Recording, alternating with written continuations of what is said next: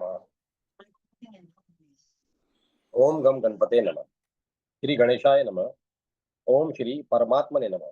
श्री गणेश अंक। भगवान ब्राह्मणस्पति वेद विश्व का आदि वांग्मय है। वेदों में गणपति का ब्राह्मणस्पति रूप में निरूपण उपलब्ध होता है। समस्त मंगलों के परम निधान श्री गणपति ब्राह्मणस्पति रूप में सर्व विज्ञान निधि हैं। सर्वश्रेष्ठ देव हैं। समस्त वांग्मय के अधिष्ठाता कवि हैं। ऋग्वेद, यजुर्वेद, सामवेद आदि तथा ऐत्रेय ब्राह्मण और गणपत्योपनिषद आदि में ब्राह्मणस्पति गणेश का विशद तत्वांकन मिलता है। श्री ब्राह्मणस्पति के वैदिक तत्वांकन का निर्देशन पुराणों में भी किया गया है। मुद्गल पुराण के अष्टम खंड के धूम्रवर्ण चरित्र के प्रसंग में भगवान शिव ने सर्वपूज्य मांगलेश, विघ्नेश, सिद्धि बुद्धि पति ब्राह्मणस्पति की वंदना की है। ये गणेश जी जगत में अन्य सभी लोगों के माता पिता हैं, किंतु इनका कोई माता पिता नहीं है। वेद इन परमेश्वर को सबसे श्रेष्ठ कहते हैं। मैं उन ज्येष्ठराज गणेश को नित्य प्रणाम करता हूँ। श्री गणेश जी पर ब्रह्म परमात्मा है। श्री विष्णु ने पार्वती जी के प्रति भगवान गणेश की ज्ञान निवारण रूपता एवं परब्रह्म रूपता का वर्णन करते हुए उनकी वंदना की है। गणेश आगम में 7 करोड़ मंत्र कहे जाते हैं। इसका रहस्य भगवान शिव और कुछ कुछ ब्रह्मा जी को विदित है। श्री ब्रह्मा जी की व्यास जी के प्रति स्वीकृति है। यद्यपि वेदों में भगवान ब्राह्मणस्पति के मंत्र आदि वर्णित हैं तथा उनके स्वरूप का अभिव्यंजन प्राप्त होता है, तथापि वेदज्ञ भी उनका तत्व नहीं समझ पाते। देवताओं ने उनकी स्तुति में अपना मत इस प्रकार अभिव्यक्त किया है। अखिलेश्वर, आप विश्व का भरण पोषण करने वाले हैं। आपको बारंबार नमस्कार है। आप कारणों के भी कारण हैं। आपको अनेक प्रकार नमस्कार है।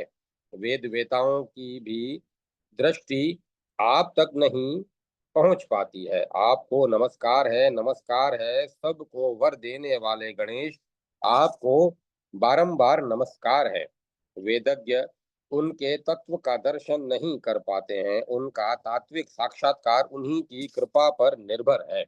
महात्मा श्री विनायक जी की महिमा बड़ी भारी है।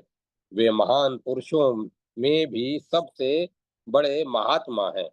उनका स्पष्टीकरण भगवती पार्वती के प्रति कहे गए भगवान श्री कृष्ण के वचन से हो जाता है।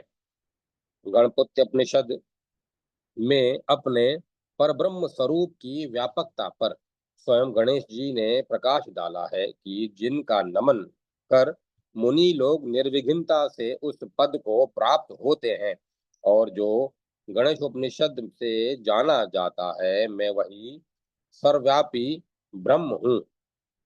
श्रुति प्रतिपाद भगवान गणपति ब्राह्मणस्पति आदि अंत से रहित, स्वाधीन और नित्य काल स्वरूप है। वे दिग्बंधन से अनविंचन, सर्वव्यापक, संपूर्ण परमात्मा है। भगवान गणपति प्रत्यक्ष तत्व है। कर्ता, धर्ता और हर्ता है। सब रूपों में विद्यमान ब्रह्म है, आत्मा है। उनका उपनिषद स्तवन इस प्रकार है।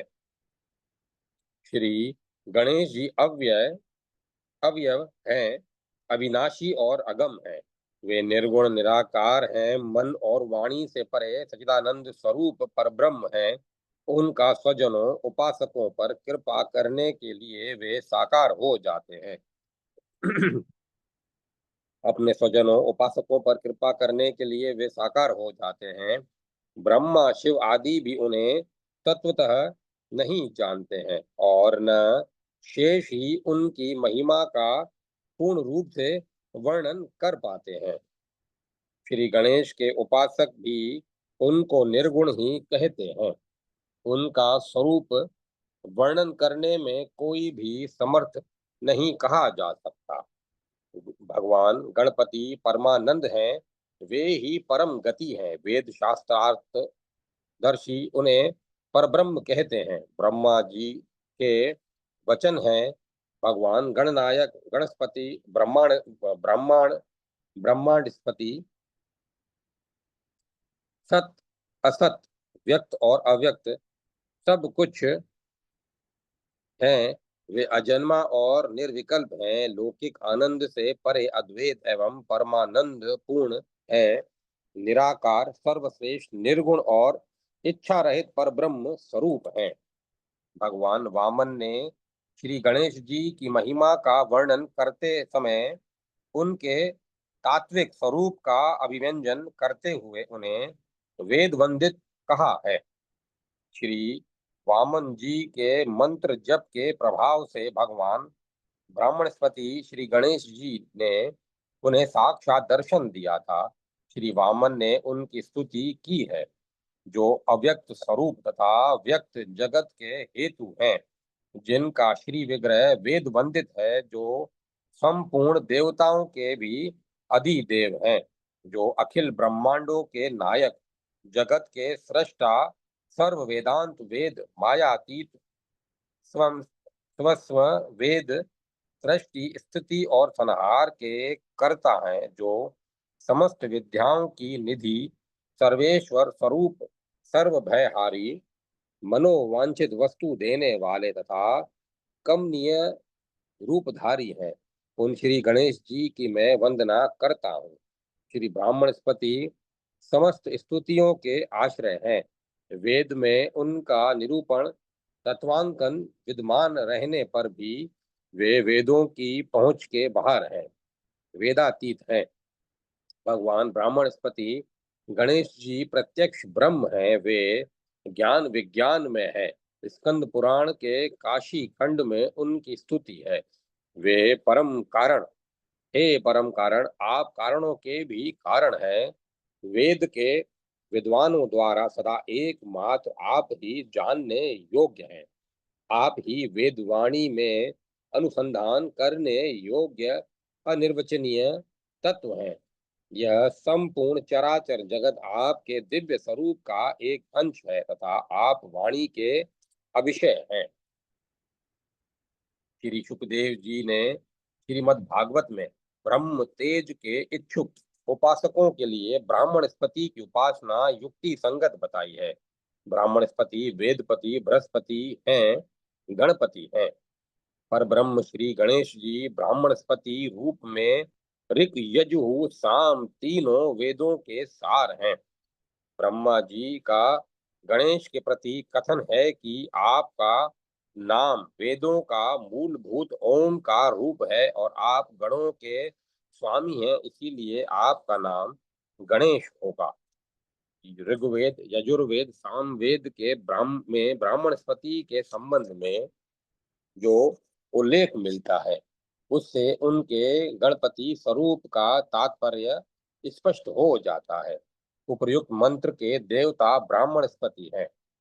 ये ब्राह्मणस्पति वेद ज्ञान के पालक पर ब्रह्म परमेश्वर हैं, गुणों में प्रमुख हैं, उनके स्वामी हैं, कवियों में सर्वश्रेष्ठ कवि हैं, परम यशस्वी तथा कीर्तनीय हैं। वे प्रत्येक स्थान में विद्यमान हैं। मायामती सायण ने उपर्युक्त मंत्र के भाष्य में ब्राह्मणस्पति देवताओं का रूप इस प्रकार व्यक्त किया है। अभिप्राय यह है कि हे ब्राह्मणस्पति, आप देवों में गणपति और कवियों में और हे ब्राह्मणस्पति, आप देवों में गणपति और कवियों, क्रांतदर्शी विद्वानों में सर्वश्रेष्ठ कवि हैं। आपका अन्न सर्वश्रेष्ठ और उपमान भूत है। आप ज्येष्ठ राज प्रशंसनीय लोगों में राजमान और मंत्रों में स्वामी हैं। आप हम आपको बुलाते हैं, आप हमारी स्तुति सुनकर आश्रय प्रदान करने के लिए यज्ञ गृह में आसन ग्रहण कीजिए।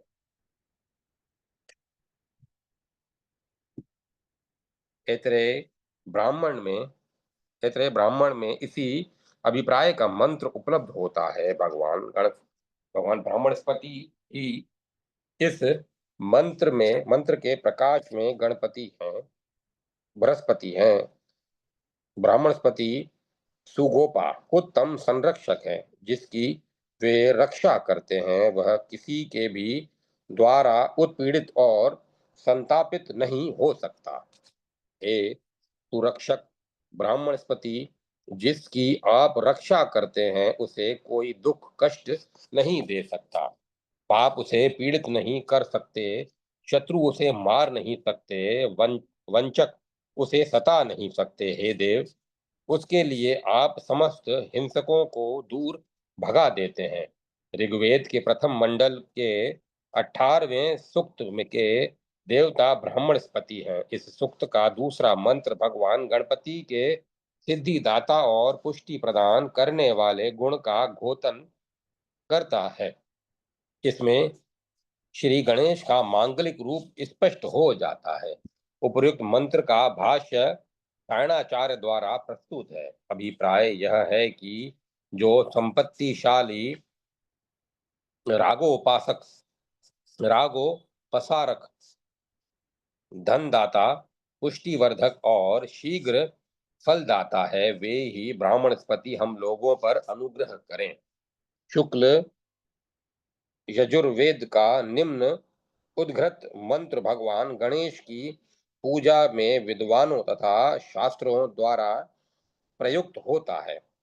उपर्युक्त मंत्र द्वारा आवाहित तथा पूजित गणेश भगवान ब्राह्मणस्पति, गणपति, प्रियपति, स्वामी अथवा सर्वनियंता परमेश्वर और निधिपति रूप में स्वीकृत है।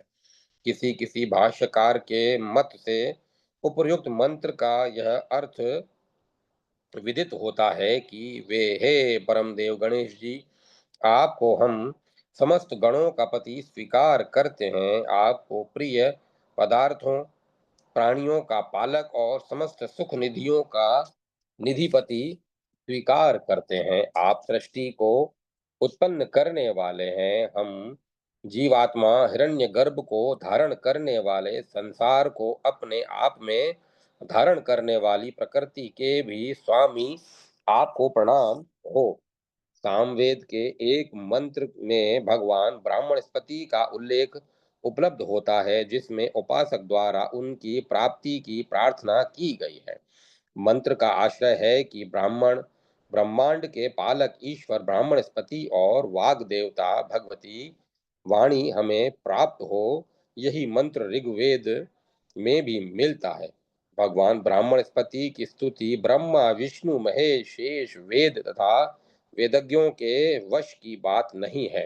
साक्षात श्री विष्णु के वचन हैं। ईश, मैं सनातन ब्रह्म ज्योति स्वरूप आपका स्तवन करना चाहता हूँ, पर आपके अनुरूप निरूपण करने में मैं सर्वथा असमर्थ हूँ। शेष अपने सहस्त्रों मुखों से भी आपकी स्तुति करने में असमर्थ है। आपके स्तवन में न पंचमुख महेश्वर समर्थ है, न चतुर्मुख ब्रह्मा, न सरस्वती की शक्ति है, और न मैं ही समर्थ हूँ। आपका स्तवन करने में चारों वेद भी समर्थ नहीं है। फिर उन वेदवादियों की क्या गणना है। आगदेव वेद प्रतिपाद ब्राह्मणस्पति भगवान गणपति का ज्ञान केवल सानुभव से होता है तो हो जाता है। बड़े बड़े सानुभवी संत महात्माओं, ऋषि मुनियों और आत्मवादियों ने सहानुभव में उनके स्वरूप का साक्षात्कार किया है। वे ओमकार स्वरूप परमात्मा हैं। महात्मा ज्ञानेश्वर ने श्रीमद् भगवत गीता की टीका ज्ञानेश्वरी में श्री गणेश के मांगलिक स्वरूप को स्मरण करते हुए उनकी स्तुति की है। हे आशय यह है, हे ओमकार स्वरूप परमात्मा, वेद ही आपका प्रतिपादन कर सकते हैं। मैं आपको नमस्कार करता हूँ। आप ऐसे आत्म स्वरूप हैं जिनका ज्ञान केवल सानुभव से ही हो सकता है। मैं आपका जय जयकार करता हूँ। भगवान ब्राह्मणस्पति श्री गणपति सिद्धि बुद्धि के स्वामी वेद प्रतिपाद श्री गणेश अचिंत्य अनंत और अव्यक्त होकर भी अपने उपासकों पर कृपा करने के लिए उनके ध्यान चिंतन एवं उपासना में साकार हो जाते हैं। जय माता सरस्वती। जय मां सरस्वती। भगवान श्री कृष्ण ही गणेश रूप में इस संसार में परब्रह्म स्वरूप भगवान श्री कृष्ण के अतिरिक्त किसी वस्तु का अस्तित्व नहीं है। भगवान श्री कृष्ण ने गीता में स्वयं कहा है, मेरे सिवा जगत में किसी भी वस्तु की सत्ता नहीं है। सुत में गुथी हुई माला में मणियों की तरह सभी वस्तुएं मुझ में गुथी हुई हैं। तात्पर्य यह है कि जैसे सूत मणियों से ढक जाने के कारण दृष्टि गोचर नहीं होता, उसी तरह माया से ढके रहने के कारण मैं किसी के दृष्टि गोचर नहीं होता। मनुष्य अपनी श्रद्धा के अनुसार मेरे जिस जिस स्वरूप की उपासना करता है, उसी उसी स्वरूप में उसकी श्रद्धा को मैं बढ़ा देता हूँ और वह अपनी श्रद्धा के अनुसार मेरे द्वारा विहित फल को प्राप्त करता है। यथा विष्णु सहस्त्र नाम में भीष्म पितामह ने भी कहा है, मैं समस्त प्राणियों के आदिभूत इस पृथ्वी के आधारभूत अनेक रूपों को धारण करने वाले तथा सर्वसमर्थ भगवान श्री विष्णु को नमस्कार करता हूँ। इसीलिए यह समझना चाहिए कि सब देवताओं के रूप में भगवान श्री कृष्ण ही हैं। इससे यह भी स्पष्ट ज्ञात होता है कि श्री कृष्ण ही श्री गणेश के रूप में हैं।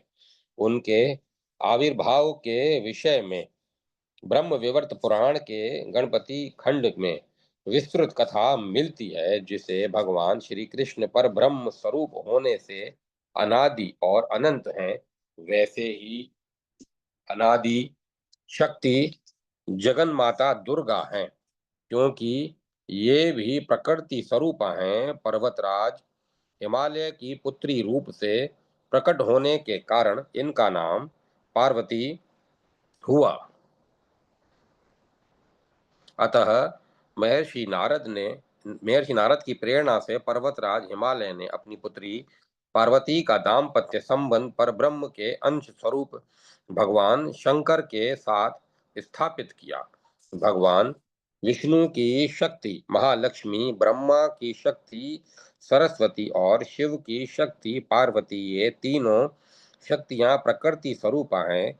इसीलिए इनकी संतानों का जन्म गर्भ से प्राकृतिक रूप में नहीं होता, बल्कि उनका इनका आविर्भाव होता है। पार्वती के साथ शंकर का विवाह होने के पश्चात बहुत दिन बीत जाने पर भी जब कोई संतति नहीं हुई, तब स्त्री स्वभाव के कारण पार्वती के मन में बहुत दुख हुआ। इन्होंने अपने दुख का कारण भगवान शंकर से कहा, आप जैसे त्रिलोक सुंदर पति के प्राप्त होने पर भी मुझे पुत्र प्राप्त नहीं हुआ। जिस स्त्री को पुत्र नहीं होता, उसका जीवन निरर्थक हो जाता है। तपस्या और दान जनित पुण्य जन्मांतर में सुख देने वाले होते हैं। अच्छे वंश में उत्पन्न हुआ पुत्र इस लोक और परलोक में भी सुख शांति देने वाला होता है। सच्चरित्र पुत्र पति का अंश स्वरूप होता है, इसीलिए वह पति के समान ही सुख देता है। यदि दुष्चरित्र पुत्र होता है तो वह कुलंगार कुलंगार कुलंगार केवल मानसिक दुख ही देता है। पार्वती ने अपने दुख का कारण बतलाया और उदास मन से वे शिव जी के सामने मौन होकर बैठ गईं। करुणा वरुणालय शंकर ने पार्वती को उदास देखकर कहा, हे पर्वतराज हिमालय की पुत्री, मेरे वचन को ध्यान देकर सुनो, तुम्हारा कल्याण होगा। मैं तुमको उपाय बतलाता हूँ, क्योंकि तीनों लोकों में उपाय से ही कार्य में सफलता प्राप्त होती है। वरानने, भगवान श्री हरि की आराधना करके पुण्यक नामक श्रेष्ठ व्रत का 1 वर्ष तक पालन करो। इस व्रत को विधि पूर्वक करने से भगवान श्री पांगनेश्वर भगवान गोपांगनेश्वर श्री कृष्ण ही तुमको पुत्र रूप में प्राप्त होंगे। यद्यपि वे सब प्राणियों के अधीश्वर हैं, फिर भी वे इस व्रत के अनुष्ठान से तुम पर प्रसन्न हो तुम्हारे पुत्र बनकर तुम्हारे पास आएंगे। शिव जी के इस वचन को सुनकर सती शिरोमणि भगवती पार्वती ने शास्त्रोक्त विधि के साथ श्री कृष्ण भगवान की पूजा की और पुण्यक व्रत करना आरंभ किया। व्रत निर्विघ्न समाप्त हो गया। समाप्ति के दिन उत्सव मनाया गया। पुरोहित को बुलाकर हवन कराया गया। लाखों ब्राह्मणों को निमंत्रित किया गया। भगवान शंकर ने सभी देवगण तथा सूर्य आदि ग्रहों को दूत भेजकर बुलाया। सबके उपस्थित होने पर देवी ने बहुत उत्साह के साथ ब्राह्मणों, देवताओं और सूर्य आदि ग्रहों एवं प्रमथ गणों को भोजन कराया। देवताओं के साथ सर्वेश्वर नारायण, ब्रह्मा और महेश्वर ने भी आनंद के साथ भोजन किया। भगवती शिव सधर्मिणी पार्वती ने ब्राह्मणों को प्रचुर मात्रा में दक्षिणा दी। वे ब्राह्मण भी अत्यंत संतुष्ट हो गए और उन लोगों ने प्रसन्न मन से पार्वती को मनोरथ पूर्ण होने का आशीर्वाद दिया। अंत में जब पुरोहित को यज्ञांत दक्षिणा देने का समय आया, तब पुरोहित सनत कुमार जी ने पार्वती से कहा, हे देवी शंकर प्रिय, आपने सभी ब्राह्मणों को मुंह मांगी दक्षिणा दी है, अतः मुझे आप मेरी अभिष्ट दक्षिणा दीजिए। देवी पार्वती जी ने पूछा, आपकी अभिष्ट दक्षिणा क्या है? सनत कुमार जी ने कहा, हे देवी, मेरी अभिष्ट दक्षिणा भगवान शंकर हैं। कृपया उन्हीं को मेरी दक्षिणा में मुझे दीजिए। अन्य विनाशी पदार्थों को लेकर मैं करूंगा क्या? पुरोहित को अभिष्ट दक्षिणा देने से आपका मनोरथ शीघ्र पूर्ण होगा। भगवान श्री कृष्ण की योग माया के प्रभाव से श्री शंकर की अर्धांगिनी पार्वती की बुद्धि भी मोहित हो गई। अतः पुरोहित के वचन को सुनते ही वे विलाप करने लगी एवं रोते रोते मूर्छित होकर गिर पड़ी। देव सभा में विष्णु, ब्रह्मा और शंकर जी अभी बैठे ही थे कि ऋषियों ने जाकर पार्वती के मूर्छित होने का समाचार कहा। शंकर जी उस समय सभी देवताओं के स्वागत में व्यस्त थे, इसीलिए ऋषियों की बात पर उनका ध्यान नहीं गया।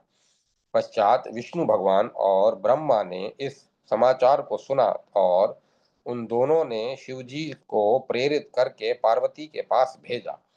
शंकर जी ने जाकर जगदम्बा पार्वती को मूर्छित अवस्था में देखा और हृदय से लगाकर अपने अमृत में करतल स्पर्श से उन्हें सचेत किया। फिर शंकर जी ने सुना कि पुरोहित सनत कुमार ने यज्ञांत दक्षिणा के रूप में भगवान शंकर को ही मांगा है, इसीलिए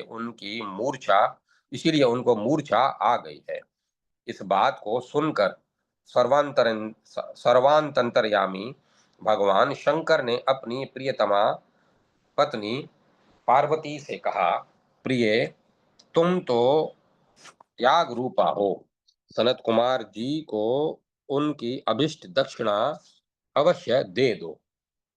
पार्वती की मूर्छा का समाचार सुनकर अपनी शक्तियों के साथ भगवान नारायण और ब्रह्मा भी शंकर जी के पास ही आ गए।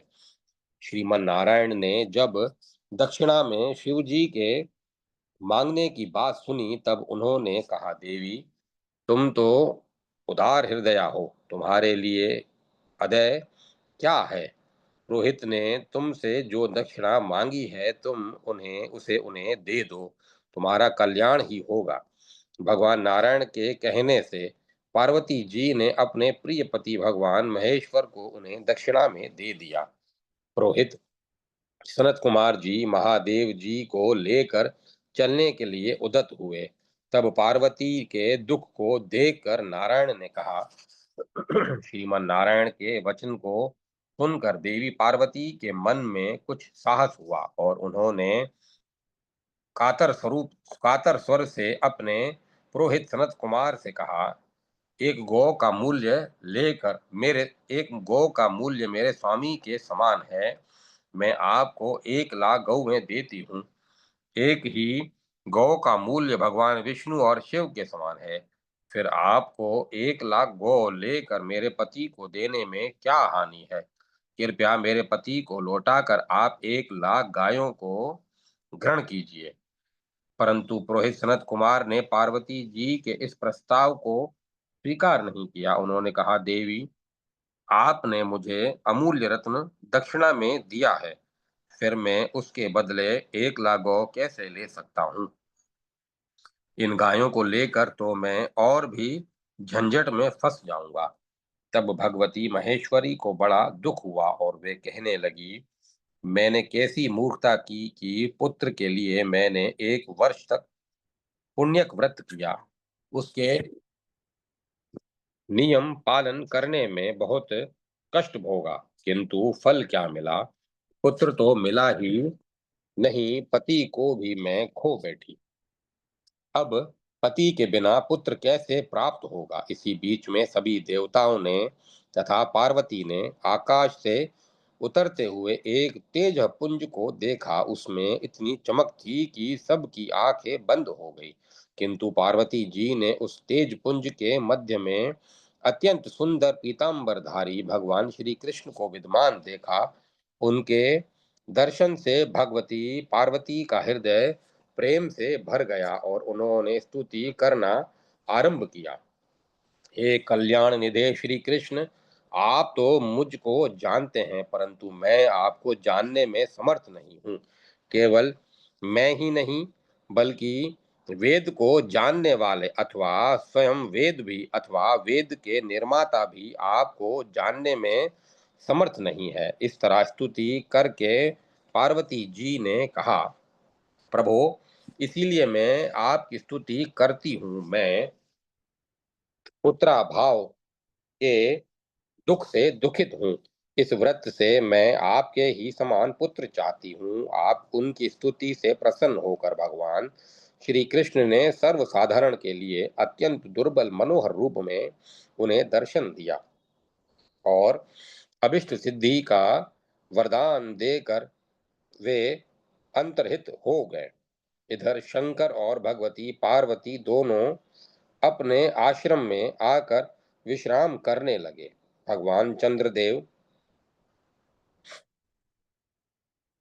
जब अस्तोन्मुख हो रहे थे, उसी समय किसी ने शंकर जी का द्वार खटखटाया और पुकारा, जगतपति महादेव, जगन माता देवी पार्वती, आप लोग उठिए। मैंने 7 रात्रि के उपवास का व्रत किया था, इसीलिए मैं बहुत भूखा हूँ। आप जैसे माता पिता के रहते हुए भी मैं भूख से व्याकुल हो रहा हूँ। कृपया शीघ्र आइए और मुझे भोजन देकर मेरी रक्षा कीजिए। उसके दीन वचन को सुनकर दोनों ही द्वार पर आए और उन दोनों ने अत्यंत वृद्ध, क्षीणकाय, फटे मेले वस्त्र पहने हुए एक ब्राह्मण को देखा। देवी पार्वती ने पूछा, आप क्या भोजन करना चाहते हैं? ब्राह्मण ने कहा, मैं सुनो ब्राह्मण ने कहा, सुना है आपने बहुत अच्छे अच्छे पदार्थ महोत्सव में ब्राह्मणों को खिलाए हैं। मुझे आप दूध, रबड़ी, तिल के लड्डू, मेवा, मिष्ठान, हविष, पूड़ी, पुआ आदि और इस ऋतु में होने वाले फल प्रचुर मात्रा में खिलाइए, जिससे यह पीठ में सटा हुआ मेरा पेट बाहर निकल आए और मैं लंबोदर हो जाऊं। इन वचनों को कहते वे ब्राह्मण अंतर्हित हो गए। उसी समय आकाशवाणी हुई कि हे पार्वती, जिसको तुम खोज रही हो वह तुम्हारे घर में आ गया है। उस ब्राह्मण रूपधारी भगवान श्री कृष्ण ने अंतर्ध्यान अवस्था में कहा, गणेश रूप में श्री कृष्ण प्रत्येक कल्प में आपके पुत्र बनकर आते हैं। आप शीघ्र भीतर जाकर देखिए। भगवान श्री कृष्ण इतना कहकर बालक का रूप धारण कर आश्रम के भीतर बिछी हुई शैया पर लेट गए। लेटते ही उस शैया पर पड़े हुए शिवजी के तेज में लिप्त हो गए और अत्यंत उत्पन्न हुए बालक के समान उस घर के शिखर की ओर देखने लगे।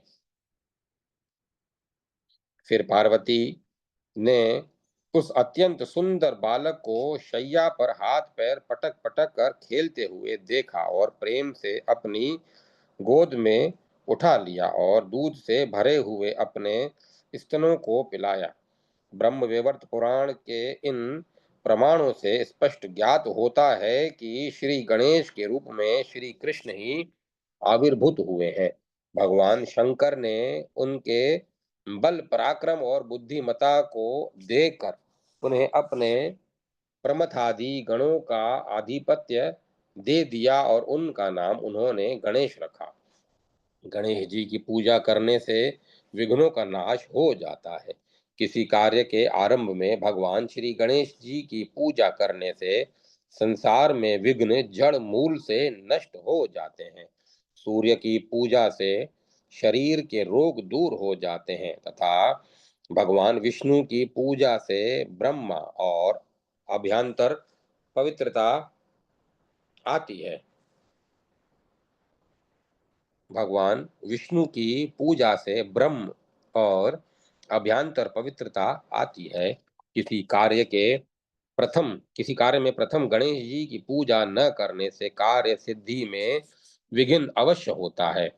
श्रीमद् भागवत में लिखा है कि समुद्र मंथन में गणेश जी की पूजा पहले नहीं हुई थी। इससे जब दैत्य और देवगण मंदराचल को ला रहे थे तब उसके भी भार से वे लोग दबकर हताहत हो गए थे। तब विष्णु ने अपने अमृत में करतल स्पर्श को उनको स्पर्श से उनको पुनर्जीवित किया था। तत्पश्चात पश्चात जब वह पर्वत समुद्र में डाल दिया गया तब उसमें डूब गया। इससे दैत्य और देवता दोनों हताश हो गए और दोनों ने समझा कि अब किया कराया चौपट हो गया। सब किया कराया चौपट हो गया। इस बात को देखकर भगवान विष्णु ने समझ लिया कि विघ्नराज गणेश जी की पूजा न करने से अप्रसन्न होकर उन्होंने ही विघ्न उपस्थित किया है। उस समय भगवान ने देखा कि यह तो विघ्नराज की करतूत है। इसीलिए उन्होंने उसके निवारण का उपाय सोचकर अत्यंत विशाल और विचित्र कश्यप का रूप धारण किया और समुद्र के जल में प्रवेश करके मंदराचल को ऊपर उठा लिया। भगवान की शक्ति अनंत है। वे सत्य संकल्प हैं। उनके लिए यह कौन सी बड़ी बात थी। जैसे भगवान श्री कृष्ण के नामोच्चारण मात्र से सभी संकट दूर हो जाते हैं वैसे ही श्री गणेश के नामोच्चारण से सभी बाधाएं दूर हो जाती। जय माता सरस्वती। जय माता। श्री गणेश और जेनस। वेद मंत्र का उच्चारण करने के पूर्व ओम का उच्चारण किया जाना अपेक्षित है। सभी इसी भांति धार्मिक ग्रंथों के और कृत्यों के आरंभ में श्री गणेश जी का नाम स्मरण करने की प्रथा है। गणेश पुराण का कथन सही है कि गणेश जी ओमकार स्वरूप है।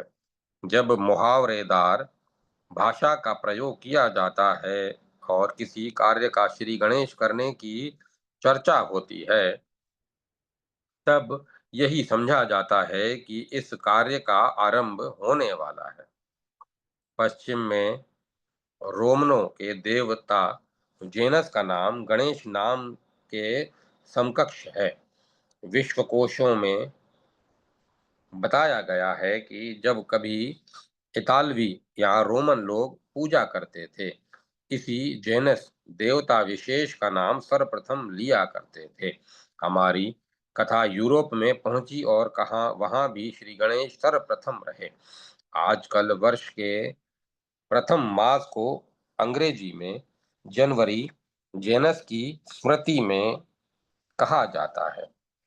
18वीं शती में 18वीं शती के संस्कृतज्ञ विलियम जोन्स ने लिखा है कि जितनी विशेषताएं श्री गणेश में पाई जाती हैं वे सभी जेनस में भी दिखाई देती हैं। जय माता सरस्वती। जय माता। गणेश मूर्ति के निर्गुण ब्रह्मोपासना। सृष्टि के आरंभ से ही मानव आत्मा परमात्मा के रहस्य का अन्वेषी रहा है। इसी रहस्य को सुलझाने में विश्व की समस्त संस्कृतियां और धार्मिक वांग में अपनी सार्थकता समझते हैं। भारतीय संस्कृति अनेक रूपा है, तथापि उसके और मूल के उसके मूल में एक रूपता है। अपनी संस्कृति में जहाँ आचार निष्ठा, साधना, पंथ संप्रदाय अनंत है, वहाँ देवी देवताओं के स्वरूप भी अनंत है। प्रायः सभी विशिष्ट मानव अपनी अपनी रुचि के अनुसार किसी एक अभिष्ट देव के उपासक हैं, जिनका जिसका जहाँ विश्वास है, आस्था है, श्रद्धा है, वही इस उसका संप्रदाय है। संप्रदाय फिरका परस्ती या दकियानूसी का विषय नहीं है, अपितु शिष्ट आचार्य के समीप संयम पूर्ण विधिवत प्राप्त मंत्र का नाम संप्रदाय है। वैष्णव, शैव, शाक्त, सौर, गणपत्य, निर्गुण, सगुण सब ये संप्रदाय अंतर्गत माने जाते हैं। गणपत्य वह संप्रदाय है जिसमें गणपति गणेश देवता की पूजा अर्चना तथा स्तुति उपासना की जाती है। भारत में गणेश जी की पूजा का विधान सर्वप्रथम है। वे भगवत अवतार नहीं हैं, अपितु स्वयं भगवान हैं। आप निर्गुण ब्रह्म के सगुण स्वरूप हैं।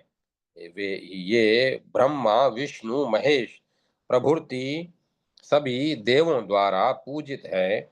इसमें भगवान के षड्गुण ऐश्वर्य, वीर्य, यश, श्री, वैराग्य एवं ज्ञान चरम सीमा में विद्यमान है। ये स्वयं परब्रह्म हैं, जैसा कि श्रुति कहती है। गणेश जी का सार्वभौम सुप्रसिद्ध ध्यान स्तवन इस प्रकार है। भूतगण आदि जिनकी सेवा में संलग्न रहते हैं, जो केत और जामुन के फलों का बड़े सुंदर ढंग से चर्वण करते हैं और शोक का विनाश कर देने वाले हैं, उन गिरजानंदन गजमुख गणेश को मैं मस्तक नवाता हूँ।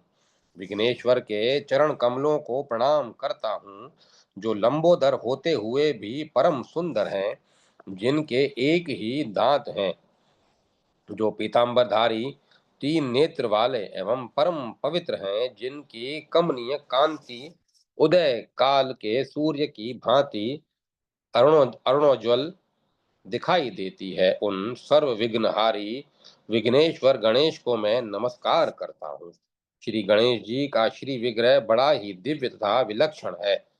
गणेश पूजा स्थूलात्मक है, वह बुद्धि गम्य तथा अनुभव सिद्ध भी है, परंतु गणेश पूजन जहाँ प्रतीकात्मक है, वहाँ निर्गुण ब्रह्म उपासना की प्रधानता है।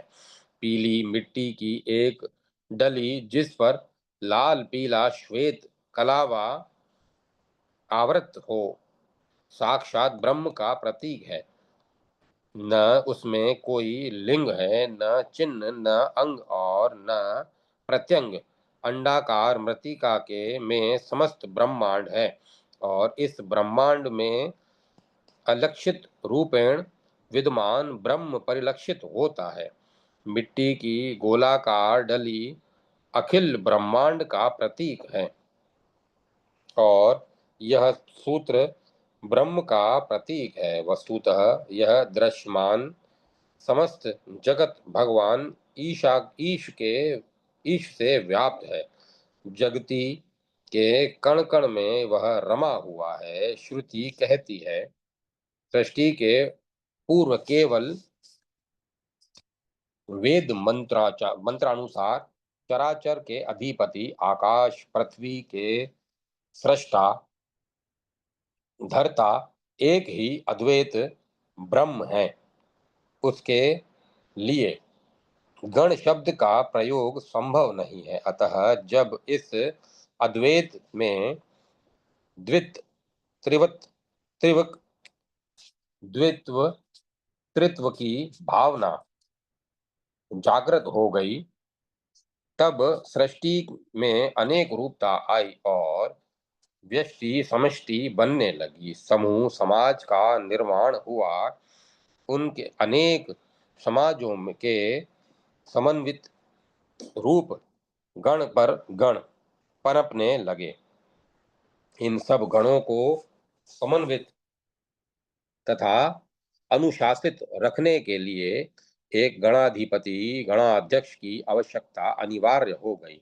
वही शक्ति गणाधिपति गणेश पद पर विराजमान हो सकती है, जिसमें अभिष्ट गुणों का समन्वय हो और जो भिन्न भिन्न छिन्न भिन्न विभ्रष्ट गणों के में समन्वय करा सके, जो वृष्टि के स्वार्थ से समष्टि के स्वार्थ को महत्व देता हो, जो सर्वतंत्र गणतंत्र की भावना से ओतप्रोत हो, जो सभी शक्तियों को सूत्र रूप में आत्मसात कर सके। वही श्री गणेश गणपति गणाध्यक्ष गणनायक बन सकता है।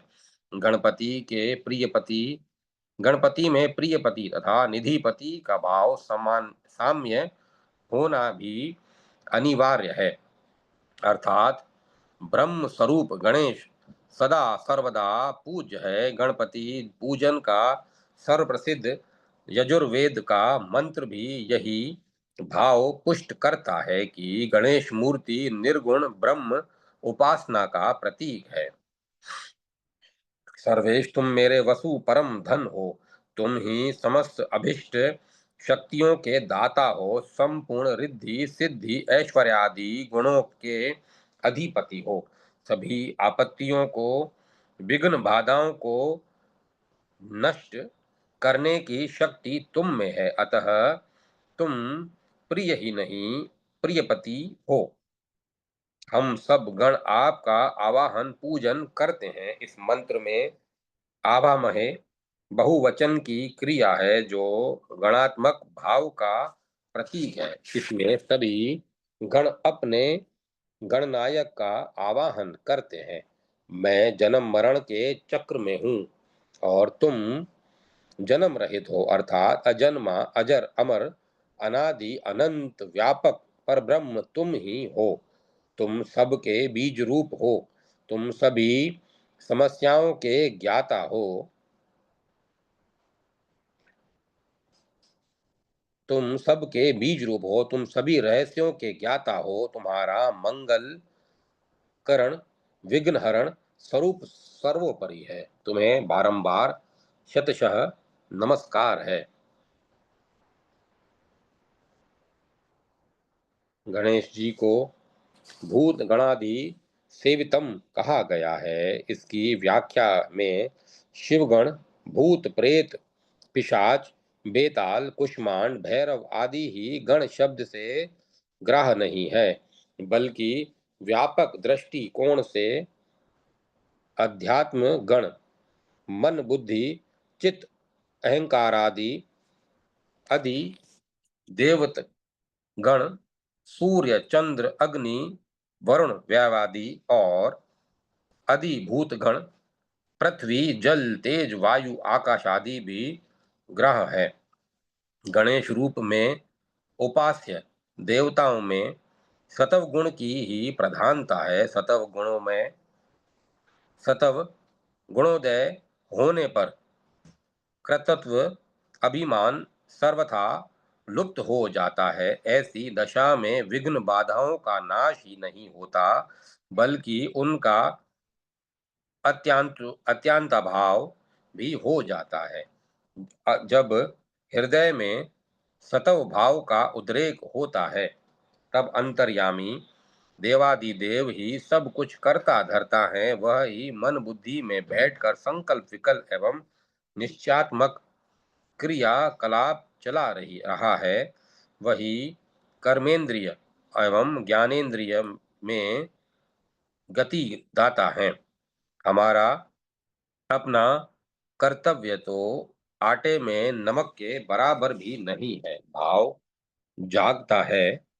वस्तुतः संपूर्ण कर्म प्रकृति के गुणों द्वारा किए जाते हैं, परंतु अहंकारी विमूढ़ात्मा में ही है, ऐसा मान लेता है। इसके विपरीत विद्वान पुरुष मैं कुछ नहीं करता ऐसा मानकर असक्त नहीं होता। ऐसे सतवगुणी वातावरण में सुख शांति संतोष प्रेम सहानुभूति अष्ट सिद्धि अणिमादि नवनिधि सदा विराजमान रहते हैं, और सभी अनभिष्ट विघ्न बाधाएं दूर भाग जाती हैं। जहाँ कर्तव्य अभिमान है, जहाँ रजोगुण है, वहाँ राग देश मद मात्सर्य आदि दुखदायी सामग्री हृदय को आक्रांत रखती हैं। दुख शोकादि शमन के लिए सतव गुण प्रधान गणपति पूजन आरंभ में किया जाता है। वस्तुतः गणेश पूजन एक साकार परिमित परिच्छिन्न शक्ति का प्रतीक न होकर निर्गुण परब्रह्म उपासना का प्रतीक है। वे अपने उपासक भक्तों के लिए कल्प वृक्ष है,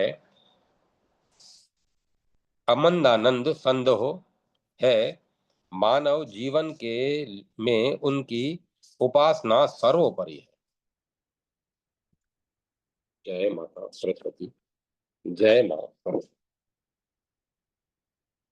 अग्र पूज्य श्री गणेश हिंदू धर्म की कुछ ऐसी विलक्षणता है कि जहां उसका ज्ञान कांड संसार में एक ही सत्ता ब्रह्म ईश्वर की है, इसके अतिरिक्त और कुछ नहीं है। एक ही देवता सभी जीवों में छिपा हुआ है। वह सर्वव्यापी तथा सभी जीवों का अंतरात्मा है। सभी अद्वैतवादी सिद्धांतों का उद्घोष करता है। वही उसका कर्म कांड अनेक देवताओं के अस्तित्व, उनकी पूजा एवं अर्चना की आवश्यकता अवश्य कर्तव्यता के विश्वास पर आधारित है।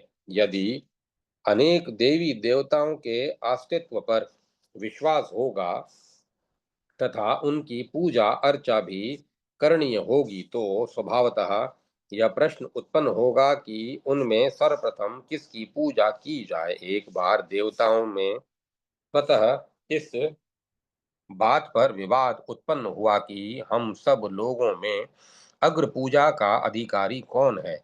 जब पारंपरिक पारस्परिक वार्तालाप से इस प्रश्न का निर्णय न हो सका, तब सर्वसम्मति से सभी देवता भगवान शंकर के पास गए तथा उनसे प्रार्थना की कि भगवान, आप ही इस बात का निर्णय कर दीजिए कि हम लोगों में अग्र पूजा का अधिकारी अर्थात सर्वश्रेष्ठ कौन है।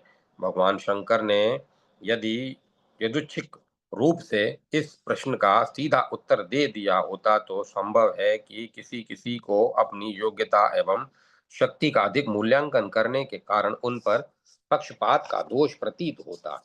ऐसे लोग भगवान शंकर के निर्णय से संतुष्ट न होते, अतः उन्होंने एक ऐसा उपाय निकाला जिससे देवताओं को स्वतः इस बात का बोध हो जाए कि उनमें सर्वश्रेष्ठ कौन है। उन्होंने कहा कि आप सब लोग अपने अपने वाहनों पर यहाँ से एक साथ दौड़िए और पूरे विश्व की परिक्रमा करके मेरे पास लौट आइए। जो मेरे पास सबसे पहले पहुंचेगा वही अग्र पूजा का अधिकारी समझा जाएगा। बस क्या था, भगवान शंकर के ऐसा कहते ही इंद्र अपने ऐरावत पर, कार्तिकेय अपने मयूर पर तथा अन्य सभी देवता अपने अपने वाहनों पर विश्व की परिक्रमा करने दौड़ पड़े। श्री गणेश जी का वाहन चूहा माना गया है। उन्होंने सोचा, मेरे ऐसे वाहन के बल पर इस प्रतियोगिता में प्रवेश करना तथा उसमें सफलता प्राप्त करना तो असंभव है, किंतु भगवान शंकर परमात्मा है, वे विश्वात्मा है, सारा संसार उन्हीं का शरीर है, अर्थात यह सब कुछ ब्रह्म ही है।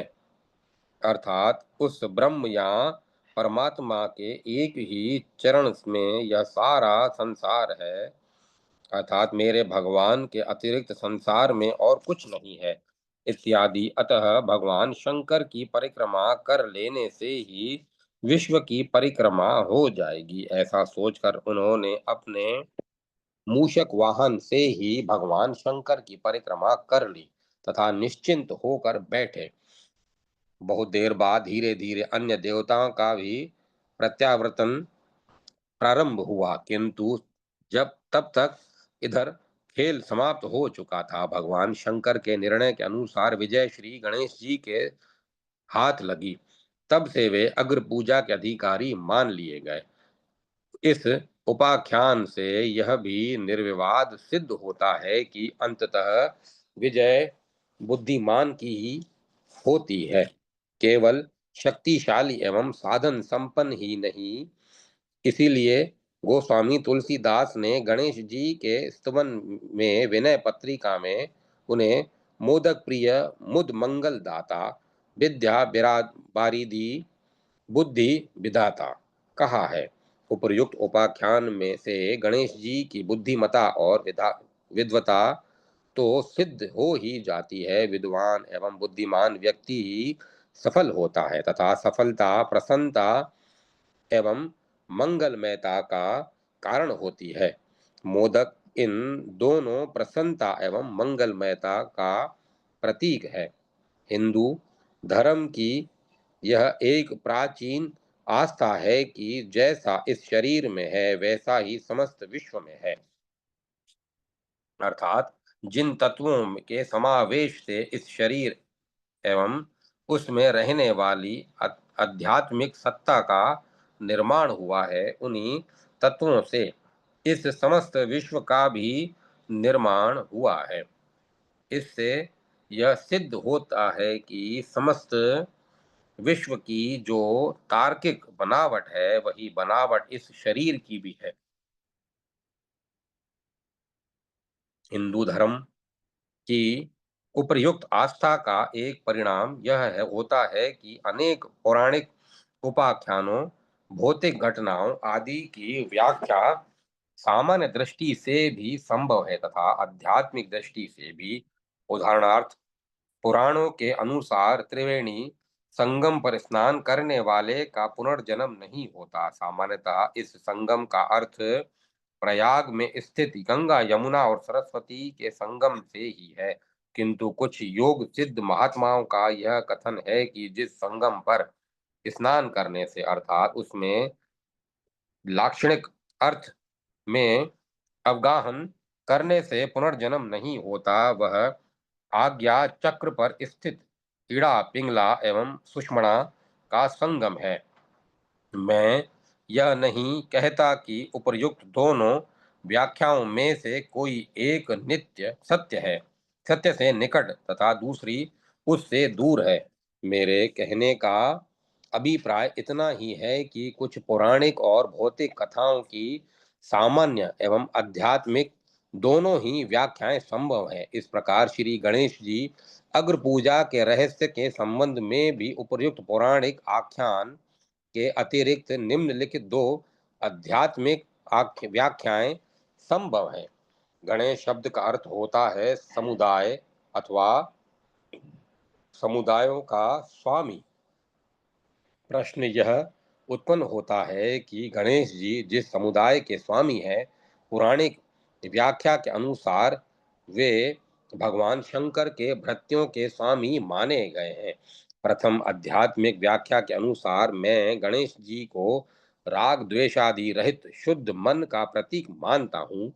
यह मत प्राय सभी भारतीय दर्शनों के अनुसार 5 ज्ञानेंद्रिय एवं 5 कर्मेंद्रिय इन 10 इंद्रियों के समुदाय का स्वामी माना जाता है। अतः इस व्याख्या के अनुसार गणेश का अर्थ हुआ 10 इंद्रियों के समुदाय का स्वामी। ऐसे गणेश जी की अग्र पूजा अर्थात उपासना का महत्व वेदों में भी स्वीकार किया गया है।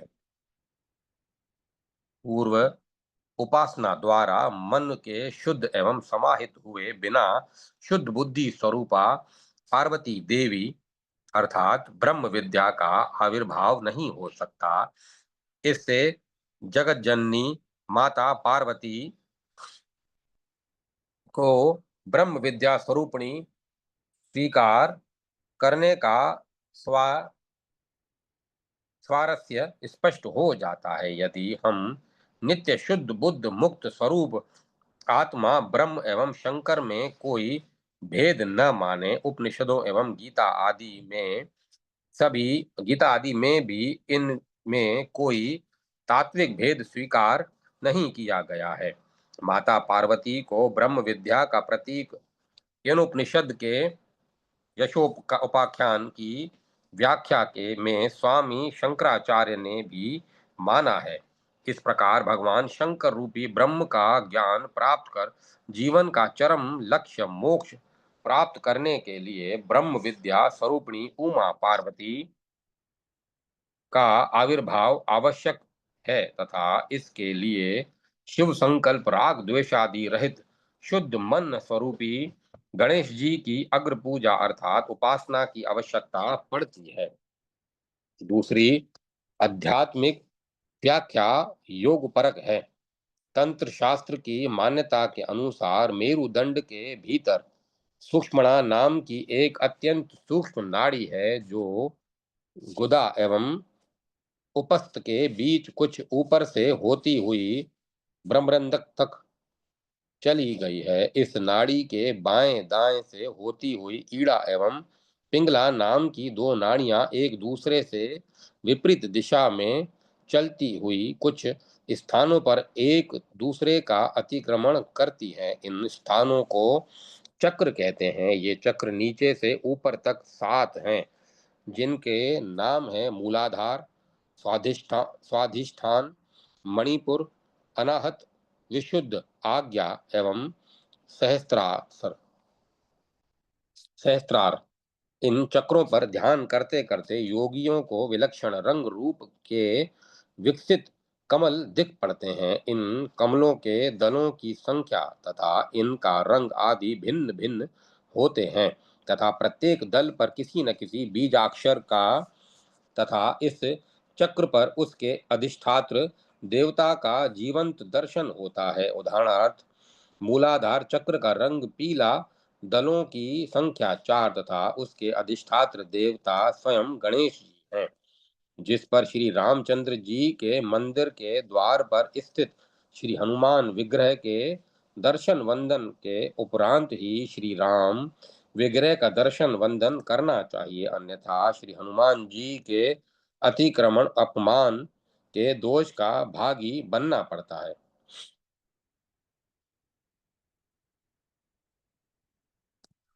उसी तरह पहले मूलाधार चक्र पर श्री गणेश जी का दर्शन नमस्कार आदि करने के उपरांत ही आगे बढ़ने का अधिकार प्राप्त होगा। क्रमशः आगे बढ़ते हुए आपको विभिन्न चक्रों पर विभिन्न देवताओं के दर्शन होंगे।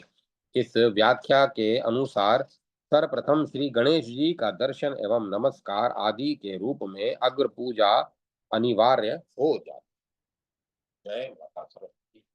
जय माता सरस्वती। ओम नमः शिवाय। ओम नमो भगवते वासुदेवाय। ओम नमो नारायण। ओम तत्सत। ओम तत्सत। ओम तत्सत। अब कथा को विराम दिया जाता है।